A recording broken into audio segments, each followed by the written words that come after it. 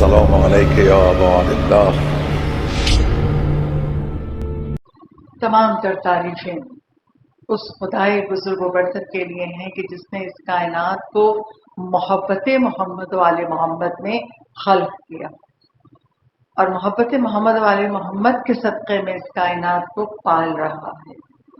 ہم خدا کا شکر ادا کرتے ہیں کہ اس نے ہمیں دامن محمد و آل محمد سے منسلک کر دیا۔ یہ وہ مولا ہیں، جب ہم ماں کے شکم میں ہوتے ہیں اس وقت بھی ہماری ضامن و سامن ہے، اور یہ مولا زندگی میں بھی ہم اگر کبھی پریشانی مبتلا ہو جائیں، کوئی حاجت ہو، کوئی غم ہو، تو مولا کا واسطہ دے کے خدا کی بارگاہ میں مانگتے ہیں اور مل جاتا ہے۔ یہ مولا ہماری حاجت روا ہے۔ آج کا دن امام رضا سے متعلق ہے، تو آج مجلس کی پہلی حدیث امام رضا کی پڑھوں گی۔ امام رضا ارشاد فرماتے ہیں، مجھے خواب میں میرے بابا امام موسی کاظم علیہ السلام صلوات بھیجے۔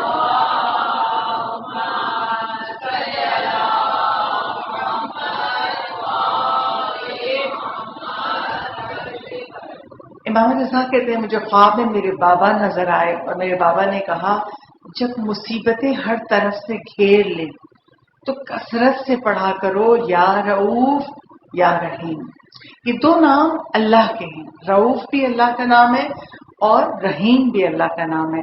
تو امام موسی کاظم اپنے بیٹے سے کہہ رہے ہیں جب مصیبتوں میں گھر جاؤ، شدتوں میں مبتلا ہو جاؤ تو کثرت سے کہا کرو یا رؤوف یا رحیم، اور خدا تمہاری پریشانیوں کو دور کر دے گا۔ تو امام تک یہ حدیث پہنچی، امام ہم سے بیان کر رہے ہیں جب بھی مصیبتوں میں گھر جاؤ تو تم بھی اللہ کے ان دو اسم کو پکارا کرو اور اللہ تمہاری پریشانیوں کو دور کر دے گا۔ آج امام رضا کا دن ہے، تو آج پوری مجلس امام رضا سے متعلق ہے۔ بڑے مجھ سے بہتر جانتے ہیں، میرا مخاطب میرے بچے ہیں جو اس وقت اور یوٹیوب پہ سن رہے ہیں، واٹس ایپ پہ سن رہے ہیں، کہ امام رضا کا اگر تعارف کروائیں تو کس طرح؟ باپ ہے باب الحوائج، ماں ہے نجمہ خاتون کہتے ہیں، اور ایک نام اور تکتم خاتون۔ یہ بھی دونوں نام، بلکہ 3-4 نام لیے جاتے ہیں، میں 2 نام بیان کر رہی ہوں کہ امام رضا کی والدہ کا نام نجمہ خاتون بھی کہا جاتا ہے اور تکتم خاتون بھی کہا جاتا ہے۔ کنیت امام رضا کی ابو الحسن، اور القابات کیا ہیں؟ بہت سارے القابات ہیں، صابر ہیں، وسیع ہیں، رضا ہیں، عالم آل محمد ہیں اور رؤوف ہیں۔ میں 2 القابات کی وجہ بتاؤں۔ پہلی وجہ، عالم آل محمد کیوں ہے؟ آل محمد میں عالم انہی کو کیوں کہا جاتا ہے؟ اس لیے کہا جاتا ہے کہ امام رضا کے دور حکومت سے پہلے، امام رضا سے پہلے جتنے فرقے بننے تھے بن گئے، شیعوں میں بھی اور مسلمانوں میں بھی، مگر امام رضا کے بعد یہ سلسلہ ختم ہو گیا۔ کیوں؟ امام رضا نے دربار میں، مامون کے دربار میں اتنے علمی مناظرے کیے ہیں، عیسائیوں سے بھی، یہودیوں سے بھی، مسلمانوں سے بھی اتنے مناظرے کیے کہ جو سامنے مناظرے والا ہوتا تھا وہ حق کو تسلیم کر کے اٹھتا تھا۔ تو جتنے شکوک تھے لوگوں کے ذہنوں میں وہ امام رضا سے مناظرے کر کے دور ہو گئے، تو پھر شیعوں میں بھی اور مسلمانوں میں بھی کوئی فرقہ نہیں بن سکا۔ اس لیے امام رضا کو عالم آل محمد کہتے ہیں۔ اچھا، امام رضا کو رضا کیوں کہتے ہیں؟ اور یہ رضا ایسا لقب ہے جو امام کے نام کے ساتھ جڑ گیا ہے، یعنی ہم لوگ امام کو امام رضا کہیں تو بات سمجھ میں آتی ہے، نام کیا ہے؟ علی، یہ علی اوسط ہے، مگر اگر ہم فقط امام کے نام لقب کو پکاریں امام رضا تو لوگوں سمجھ میں آتا ہے یہ 8ویں امام کی بات کر رہا ہے۔ تو کیوں کہتے ہیں رضا؟ جب کسی پوچھنے والے نے امام رضا کے بیٹے امام تقی جواد سے پوچھا، صلوات بھیجیے بابا،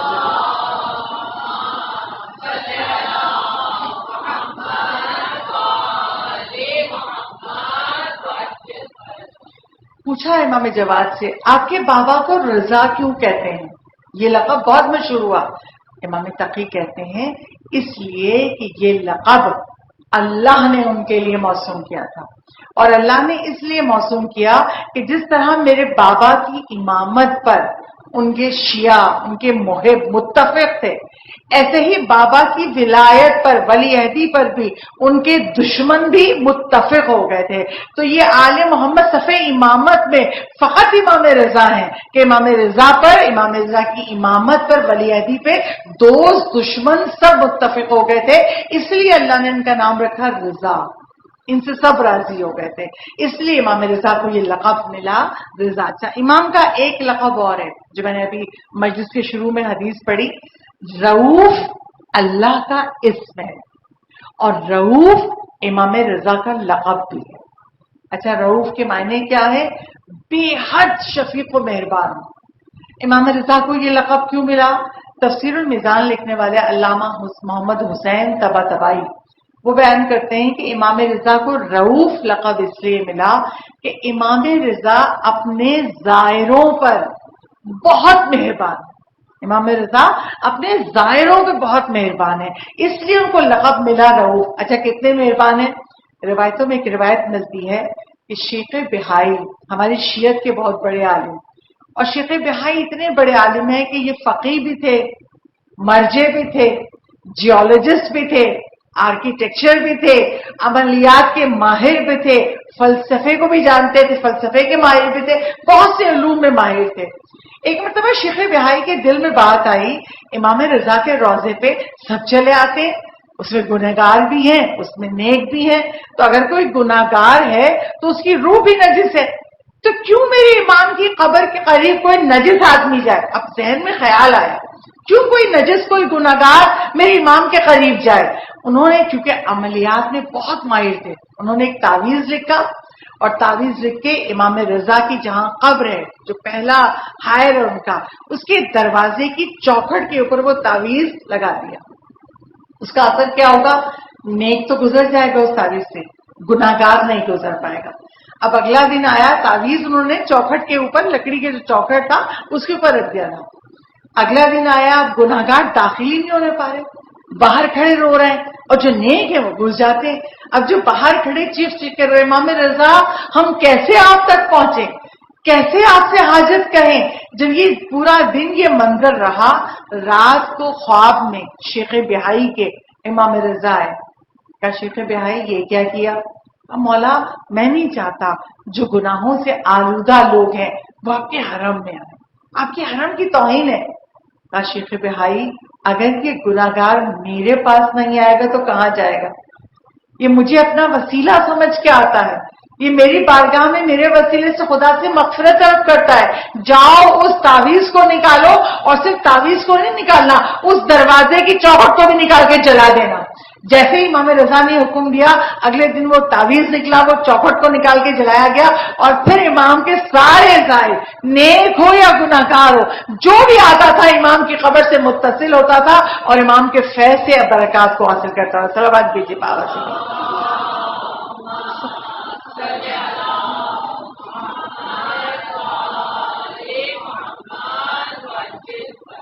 بے شمار داستانیں بھری ہوئی ہیں کہ امام رضا اپنے زائروں پر اتنے مہربان ہیں کہ میں فقط ایک روایت آپ کو بیان کروں تاکہ امام رضا کا یہ لقب امام رؤوف آپ کی سمجھ میں آ جائے. کتاب میں روایت ہے، اور وہ روایت کتاب انسان ساز واقعات، اس کی 3rd والیوم سے واقعہ پڑھ رہے ہیں. ایران میں ایک شہر تھا ارومیہ، وہاں سے لوگ قافلے کی شکل میں امام رضا کے در پہ جایا کرتے تھے. 18 لوگوں نے قافلے میں اپنا نام لکھوا دیا کہ ہم جائیں گے امام رضا کی زیارت کو.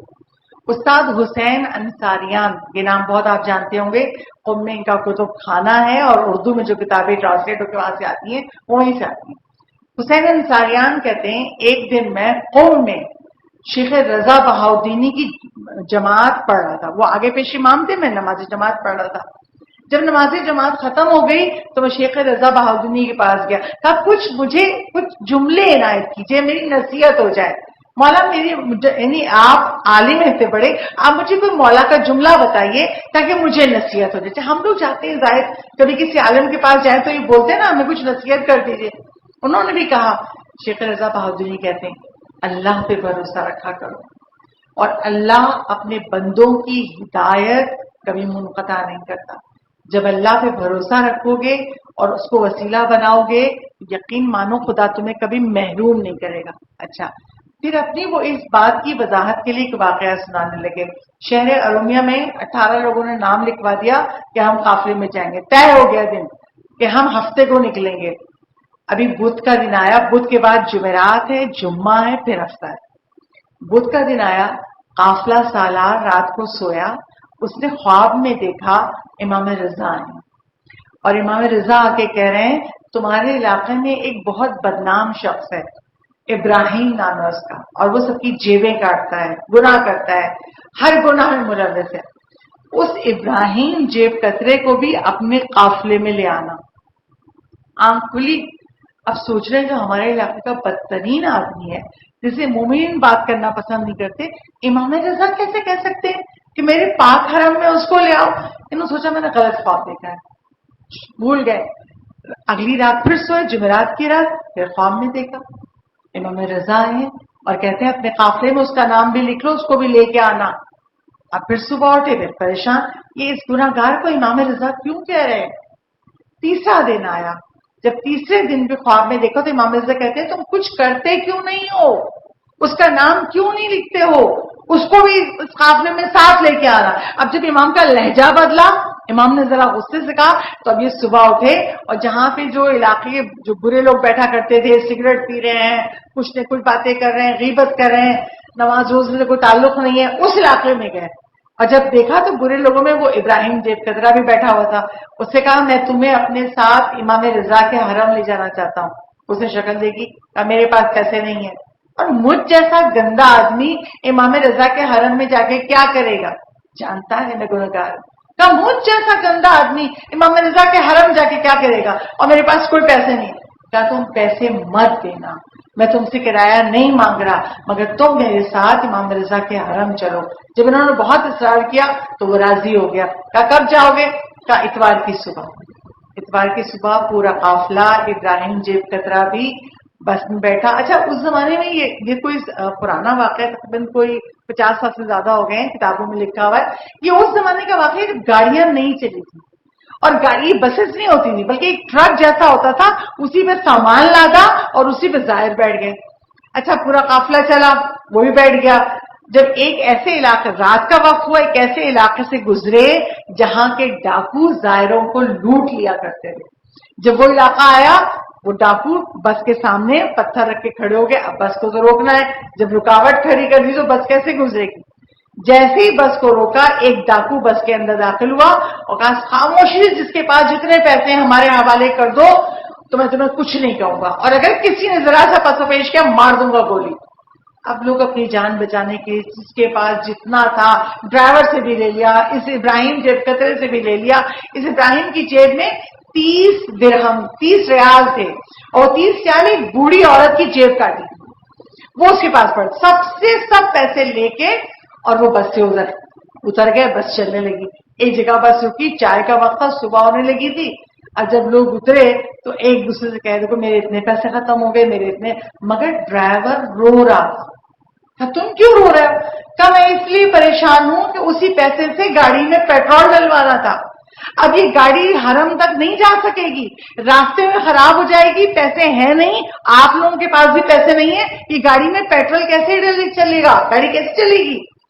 اور جب یہ رونے لگے تو ایک بات یہ ابراہیم جیب کترا آیا، کہا تمہارے کتنے پیسے تھے؟ کہا اتنے ریال تھے، جیب سے نکال، اتنے تومان تھے، جیب سے نکالے، کہا اتنے تھے، ہم دے دیے۔ اور لوگوں سے پوچھا تمہارے کتنے تومان تھے؟ فلاں نے کہا اتنے، فلاں نے کہا اتنے، سب کو دے دیے۔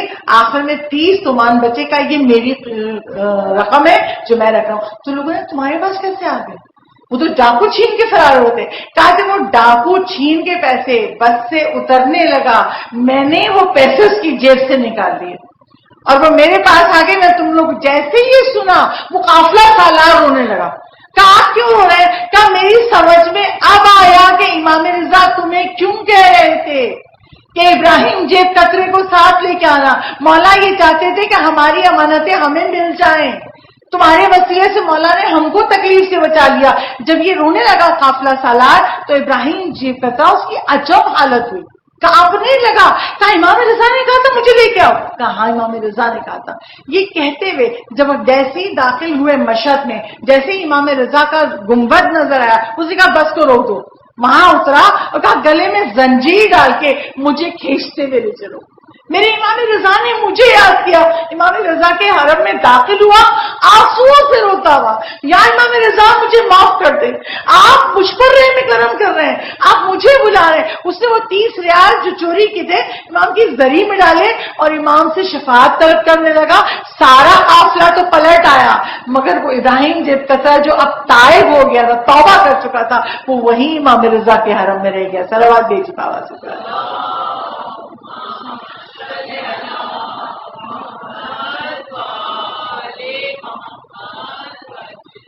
امام رضا اتنے رؤوف ہیں، اتنے مہربان ہیں. آپ جب بھی امام رضا کے حرم جائیں، جب آپ حرم میں داخل ہونے لگیں گی، کچھ آپ کے دل کو محسوس ہو تو سمجھ لیجیے گا امام رضا کہہ رہے ہیں.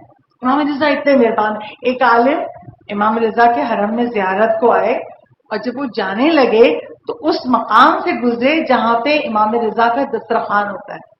اس سیڑھیاں بنی ہوئی ہیں، اوپر بھی ہے دسترخوان، نیچے بھی ہے. وہ اس مقام سے گزرے. جب اس مقام سے گزرے تو امام رضا کے گنبد کی طرف چہرہ کرے کہتے ہیں مولا اس دفعہ جا رہا ہوں، آپ کے دسترخوان کا کھانا نہیں کھا سکا، مگر مولا آپ کے دسترخوان کی خوشبو آ رہی ہے، جو ملازمین پکا رہے ہیں اس کی خوشبو آ رہی ہے. کیا کہ نکل گیا. ہم لوگ مولا سے کتنی باتیں کرتے ہیں، جب الوداع ہوتے مولا پتہ نہیں آنا نصیب ہو نہ ہو، تو مولا سے بات کرتے. اس نے بات کی مولا اس دفعہ جا رہا ہوں، آپ کے دسترخوان کا کھانا نہیں کھا سکا، خوشبو سون کے جا رہا. ٹیکسی میں بیٹھے اور جا رہے تھے جس جگہ، اتفاق سے راستے میں ٹیکسی خراب ہو گئی. جب ٹیکسی خراب ہوئی اب اترے. ٹیکسی ڈرائیور کہتا ہے اس کے فلاں پرزہ خراب ہو گیا، میں قریب کی بستی میں جاتا ہوں، آپ ٹھہر جائیے. کہیں جگہ کون سی؟ کہ فلاں علاقہ ہے. کیا اس کی مسجد ہے؟ ہاں وہ دور سے مسجد نظر آ رہی ہے. وہ مسجد میں گئے، علماء کا لباس پہنا ہوا تھا. جب مسجد میں گئے تو لوگوں نے کہا کہ آپ عالم ہیں، آپ نماز پڑھا دیجئے. انہوں نے نماز پڑھا دی. نماز پڑھنے کے بعد جیسے ہی بیٹھے ایک شخص دوڑتا ہوا آیا اور اس کے ہاتھ میں کچھ تھا تھیلی میں. آیا کہا کس نے نماز پڑھائی ہے؟ کہنا نے پڑھائی ہے. اس نے کھولا اس کو تھیلی کو، اس میں امام رضا کے حرم کا کھانا موجود تھا، سالن اور چاول. وہ کہتا ہے مجھے کل خواب میں امام رضا نظر آئے، تمہارے گاؤں کی مسجد میں جو نماز پڑھائے اسے یہ کھانا میرے دسترخوان سے لے جا کے دے دینا اور کہنا امام رضا نے تمہارے لیے دسترخوان کا کھانا بھیجا ہے. صلوات بھیجیے بابا سے.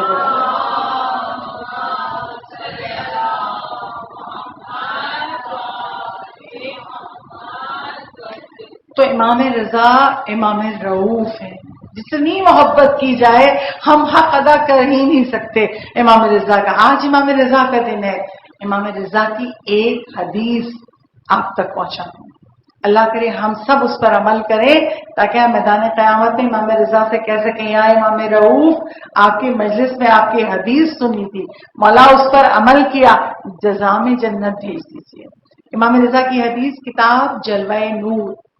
جلوہ نور جو کتاب ہے چھوٹی سی بکلیٹ کی شکل میں 14 معصوموں کی، ہر معصوم کی الگ ہے اور ہر معصوم کی 40 احادیث کتاب میں موجود ہیں.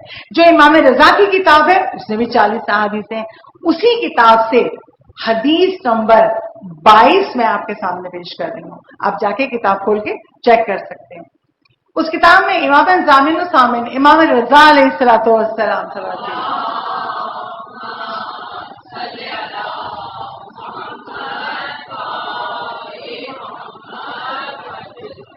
ایک چیز جو میرے دماغ سے نکل گئی تھی امام رضا نے یاد دلا دی. مجلس ہے، دور دور تک لوگ سنتے ہیں. انشاءاللہ جب ہمیں امام رضا کے حرم میں جانا ہو، مولا زیارت دیں، جب امام کے حرم میں جائیں تو سورہ نور کی، قرآن کا سورہ ہے، سورہ نور کی آیت نمبر 35، اس آیت کو 400 ٹائمز پڑھ کے آپ جو دعا مانگیں گے قبول ہو جائے گی. یہ خاص عمل ہے جو علماء بیان کرتے ہیں کہ جو امام رضا کے حرم میں جائے سورہ نور کی آیت نمبر 35 کو، ایک آیت ہے، بڑی آیت ہے، اس آیت کو آپ 400 مرتبہ پڑھیں، 4 تسبیحاں پڑھیں ہر دانے پہ وہ آیت، اور پڑھ کے آپ جو حاجت مانگیں گے وہ حاجت خدا کی بارگاہ میں قبول ہوگی. یا امام رضا آپ متوجہ ہیں، مولا ہم سب کو امام رضا کی زیارت نصیب ہو. دعا مانگی ہے تو قبولیت کے لیے آواز بلند صلوات پڑھیے.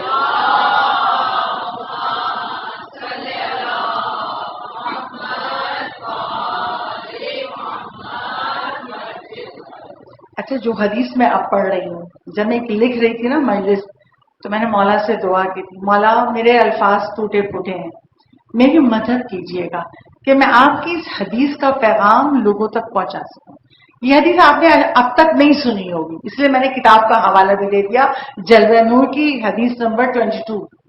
امام رضا کہتے ہیں اپنے دینی اور دنیاوی دونوں، دین کے کام بھی اور دنیا کے کام بھی رازداری رکھا کرو، دین کے امور میں بھی اور دنیا کے امور میں بھی رازداری رکھا کرو۔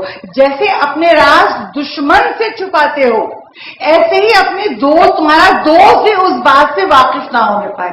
عجیب بات ہے، اور ہم تو اپنے دوست سے ہر دل کی بات کر لیتے، ہر بات بیان کر لیتے۔ اور امام کیا کہہ رہے ہیں، امام کے جملے پھر دوہرا رہے ہیں، حدیث میں کیا ہے، اپنے دین کے اور دنیا کے امور میں رازداری رکھو، چھپاؤ۔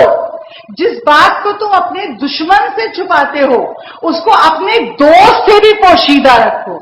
اب آج کی دنیا میں کیا، میں نے حدیث کیوں چنی، یہ ہمارے دور سے متعلق ہے۔ آج فیس بک، آج واٹس ایپ، آج دنیا کی ہر چیز، میں نہانے جا رہا ہوں، لڑکے واٹس ایپ پہ اسٹیٹس ڈال رہے ہیں، فیس بک پہ ڈال رہے ہیں، ابھی میرے گھر میں یہ چیز پکی، دیکھو کتنے مزے کی، اس کی پکچر ڈال رہے ہیں، ابھی یہ کام ہے، اس کی ہر پل کی خبر لوگ فیس بک پہ ڈال رہے ہیں۔ سیلفیاں، میں فلاں جگہ گئی تھی، یہ تصویر کی جگہ کتنی خوبصورت، سیلفی، اور نیچے لائک اور ڈس لائک، اچھا اتنے سارے لوگوں نے لائک کر لیا۔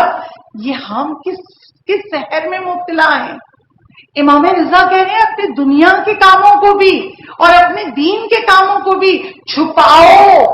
ہم تو جو چیزیں جو ہم بتانا نہیں چاہیے، ہم تو وہ بھی بتا رہے ہیں۔ اچھا یہ حدیث میں نے کیوں پڑھی؟ مولا علی کی ایک حدیث ہم سب کو یاد ہے، سب کو یاد ہے، کیا؟ مولا علی نے نہج البلاغہ میں کہا، کم کھاؤ، کم سو، کم بولو۔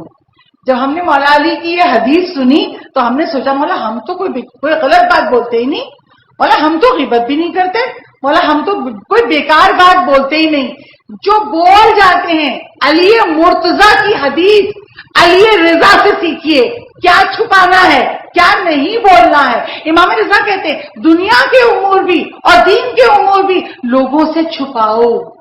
آج ایک مومن سوال کرے گا بھائی کیوں چھپائے؟ مومن کو مومن کا حال پتا ہونا چاہیے، ہم مومن سے بے خبر تو نہیں رہ سکتے۔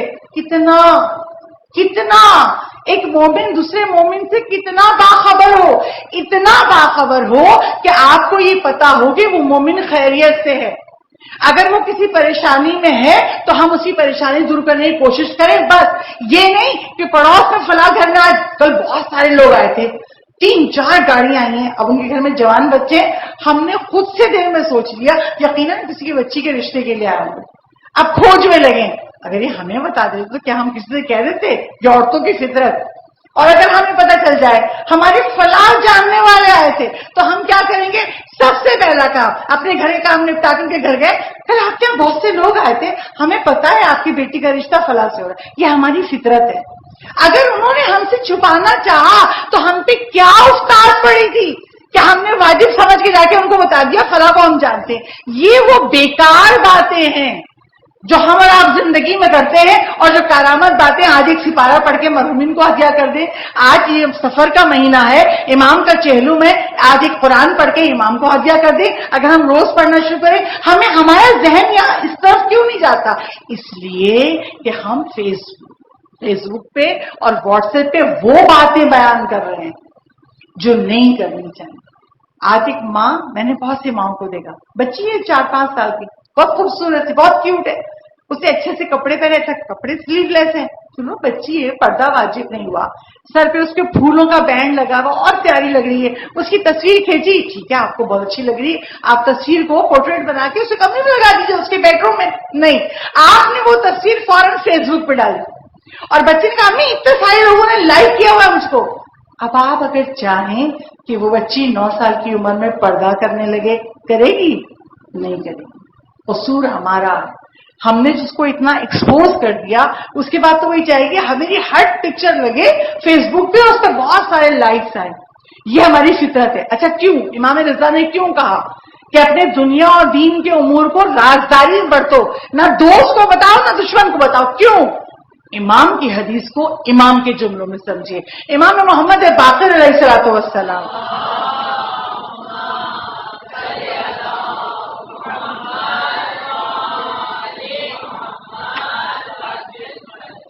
جو امام باقر کی یہ حدیث پڑھنا چاہے انسان ساز واقعات کی 3rd والیوم میں آپ کو یہ سارا میٹر مل جائے گا.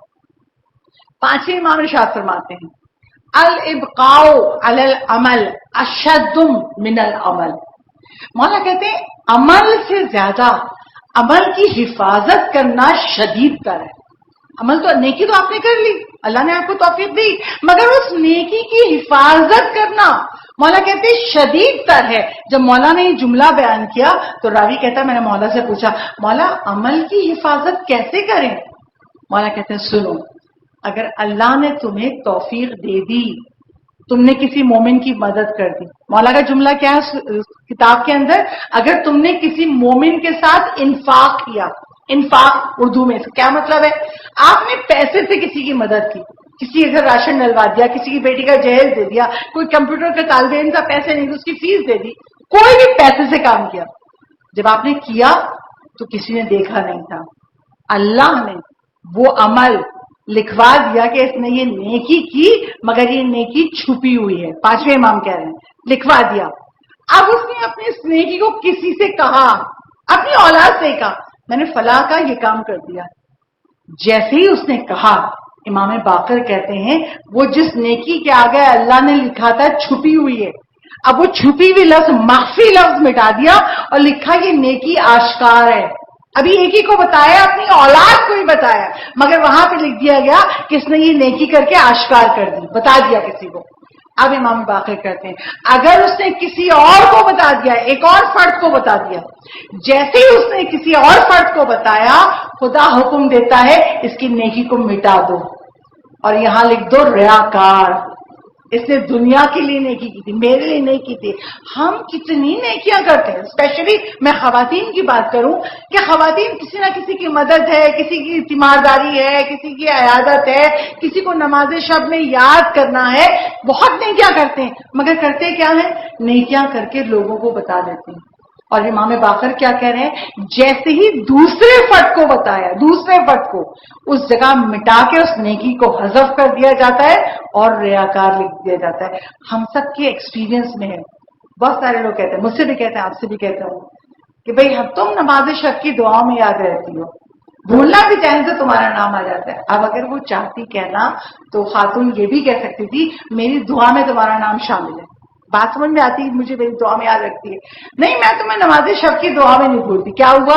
اپنی نماز شب کو عیاں کر دیا, اور جیسے کسی اور دوسری خاتون سے کہا وہ نیکی مٹا دی گئی. میں نے اب سے 10ویں کی مجلس میں آپ سے کہا تھا کہ ہم صدقہ نکالتے ہیں بہت سے لوگ, اپنے بچوں کا, اپنے گھر والوں کا, اور نکال کے اپنے میاں سے کہہ دیا جی میں نے صدقہ کروا دیا اور اتنا بچے محفوظ ہو گئے. جیسے میں نے کہا اور ایک اور شخص سے کہا, امام باقر کہتے ہیں 2 افراد سے کہا وہ نیکی مٹا دی, اس کا اثر زائل ہو گیا. تو ہم اور آپ امام رضا یہی کہہ رہے ہیں اپنے دینی امور کو, اپنے دنیاوی امور کو رازداری برتو. اگر ہم زیارت عاشورہ پڑھنے لگے, اگر ہم زیارت جامعہ پڑھنے لگے, جب تک ہم نے اپنی دوست سے نہ کہہ دیا الحمدللہ میں اب پڑھنے لگی, یہ ہم لوگ کی فطرت ہو گئی ہے, ہمیں چیز بری نہیں لگتی. میں اسی لیے بیان کر رہی ہوں کہ امام باقر کہتے ہیں جیسے تم نے کوئی نیکی کی اور 2 افراد کے کانوں تک پہنچی, اللہ نے مٹا دی, 1-2 ریاکار, تو پھر کیا کرے؟ یہ کر دی. نقصان کیا ہوتا ہے؟ نقصان میں آپ کو بتاؤں. صادق آل محمد امام جعفر صادق علیہ الصلوۃ والسلام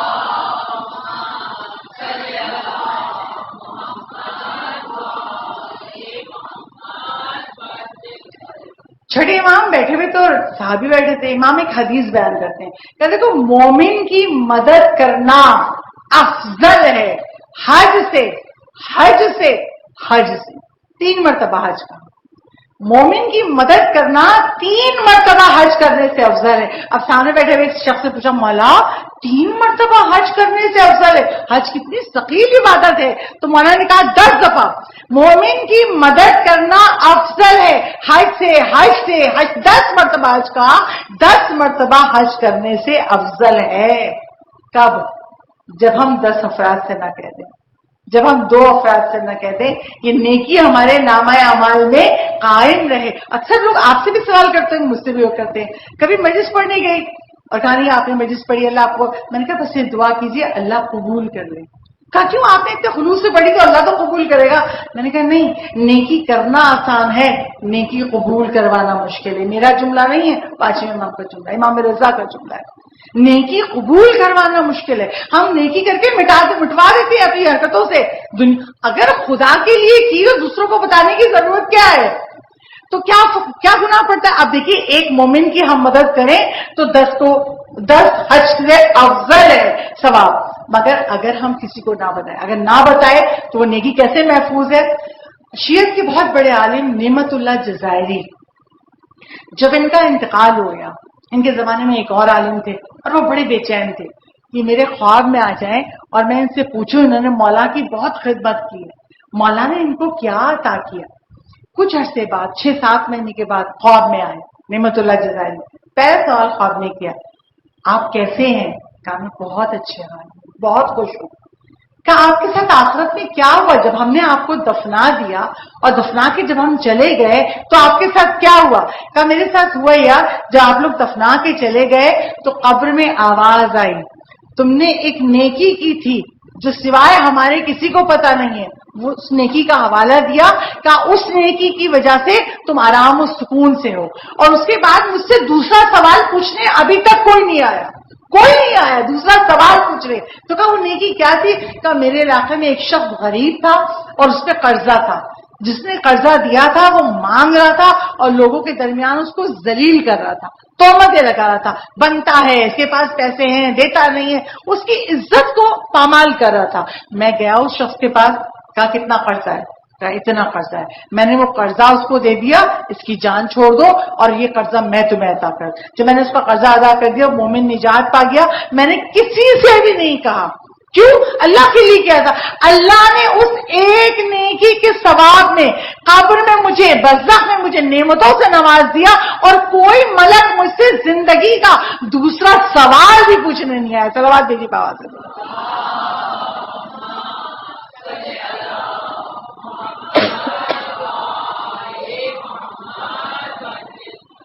تو کیسے ہم نیکیوں کو چھپائیں؟ ہم اگر قرآن پڑھنا شروع کر دیں کہ اب ہم نے سنا ہے مجلس میں تو ہم روز کم سے کم 1 سپارہ پڑھیں. آدھا گھنٹہ تو ہر ایک کو مل جاتا ہے اور آدھے گھنٹے میں سپارہ ختم ہو جاتا ہے. لیکن ابھی ہم 10 سپارے تک ہی پہنچے اور ہمارے 10 سے زیادہ لوگوں کو پتا ہے، میری بیٹی کو پتا ہے، فلاں کو پتا ہے. اور علماء کیا کرتے تھے؟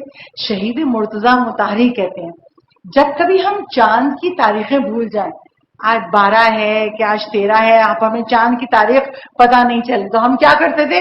اپنے بابا کا قرآن اٹھاتے تھے اور اپنے بابا کا قرآن اٹھا کے دیکھتے تھے نشان کس سپارے پہ لگائے. جس سپارے پہ لگائے کہ 15واں ہے یا 13واں ہے بس آج یہی تاریخ. کہا کیسے؟ کہا ہمارے بابا کا طریقہ تھا جیسے چاند نکلتا تھا قرآن پڑھنا شروع کر دیتے تھے، روز آنا 1 سپارہ. اور اگر کبھی 29 کا مہینہ ہو تو 29 کو 2 سپارے پڑھتے تھے، قرآن ختم ہو جاتا تھا. مگر کبھی ہم لوگوں سے نہیں کہا، ہم صرف ان کو قرآن پڑھتے ہوئے دیکھتے تھے. تو جب بھی ہمیں قمری تاریخ سمجھ میں نہ آئے شہید عالم کہہ رہا ہے، ہم اپنے بابا کا قرآن کھول کے دیکھتے تو پتہ چل جاتا تھا. اس طرح اپنے عمل کو چھپایا جائے. اچھا اب اگلا آخری سوال، عمل کو چھپایا جائے، ہم یہ رازداری کیوں نہیں برتتے؟ ہم فلاں جگہ کہتے ہیں اس علم اٹھا تھا وہاں پہ بہت رشتہ بڑی منتیں ہوتی ہیں، آپ بھی چلیے. اب آپ نے ایک نیکی کی، خدا نے آپ کو توفیق دے دی، کس نے کہا 10 لوگوں کو بتائیے. ہم اپنی زبان کو کنٹرول کرنا سیکھیں. علی مرتضیٰ کے جملوں کو علی رضا سیکھیں. کیا کیا نہیں بولنا، اپنے دنیا کی امور میں اور دین کی امور میں رازداری رکھے. مگر ہم رازداری کیوں نہیں رکھ پاتے؟ سوچیے ہم رازداری کیوں نہیں رکھ پاتے؟ ہم یہ سمجھتے ہیں ہم بہت عقل مند ہیں اور جو بات ہم سمجھ گئے نا وہ دوسرے کو سمجھ میں نہیں آئی ہوگی. ہم کیوں نہ سب سے پہلے بتاتے کہ پتہ ہے ہم نے یہ کیا ہے، ہم فلاں جگہ گئے تھے، ہم یہ کر رہے ہیں، اس کا یہ فائدہ ہے. اللہ اس دنیا کو چلا رہا ہے. جس کو جتنا علم چاہیے خدا نے قرآن میں کیا کہا؟ یہ نہیں کہا جب تک تمہیں پوری توضیح نہ رٹ جائے،